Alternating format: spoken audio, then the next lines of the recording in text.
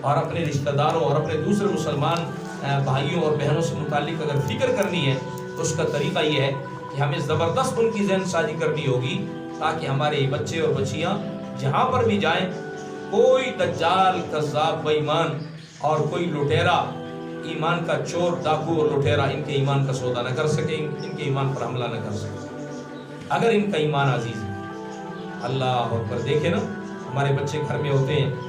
تو اب مائیں بہنیں جو ہے نا کیا بچوں کو تعارف کراتی ہیں، یہ کون ہے، یہ چچا ہے، یہ کون ہے جی، یہ ماموں ہے، یہ کون ہے جی، ابو ہے۔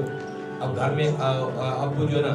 شوہر اور یا بچے کے ابو جو ہے نا کوئی چیز لے کر آتے ہیں، کوئی گاڑی لے کر آتے ہیں، کوئی کھلونا لے کر آتے ہیں، کوئی جناب والا ٹافی چاکلیٹ کوئی پھل وغیرہ لے کر آتے ہیں، تو اب کیا بچہ پوچھتا ہے کون لے کر آئے؟ اب ماں جو ہے کیا ہے سمجھدار مائیں تو اللہ کی طرف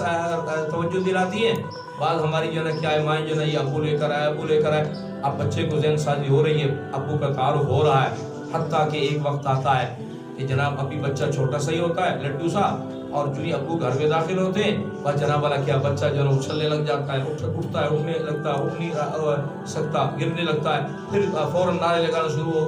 ہو جاتا ہے، ابو آگے، ابو آگے، ابو آگے، ماموں آگے، ماموں آگے۔ کیوں؟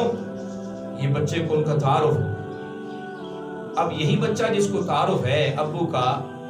اگر 18-20 سال بعد 22 سال بعد کوئی فن خان آ کر کہے کہ میں تیرا بیو ہوں، یہ جناب والا تڑاک زناٹے دار تھپڑ مار کے اس کے دانت نہیں توڑ دے گا؟ اس کو کہے گا مجھے پتہ نہیں میرا ابو کون ہے، تو کہاں سے میرا ابو بنتا ہے،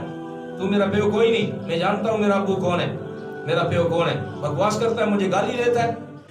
اسی طرح سے جب ہمارے بچوں کو اللہ اور اللہ کے نبی کا تعارف ہوگا، بعد میں اگر کوئی دجال کذاب مرتد لعنتی اور کوئی کیا انگریز کا ایجنٹ، انگریز کا چوہا مرزا قادیانی جیسا آ کر اگر کہے گا بھی کہ میں اللہ کا نبی ہوں، اب ہمارا بچہ اور بچی کالج میں ہو، یونیورسٹی میں ہو، بازار میں ہو، آفس میں ہو، جہاں پر بھی ہوگا، وہ تڑاک زناٹے دار تھپڑ رسید کر کے اس کے منہ پر مارے گا اور کہے گا اب صرف جوانی کا زور نہیں ہوگا، ساتھ ایمانی زور بھی ہوگا، ایمان کی طاقت بھی اب شامل ہوگی، اور تڑاک مار کے اس کے منہ پر اس کے جباڑے جو ہے کیا ہے وہ توڑے گا اور کہے گا جھوٹ بولتا ہے، بکواس کرتا ہے،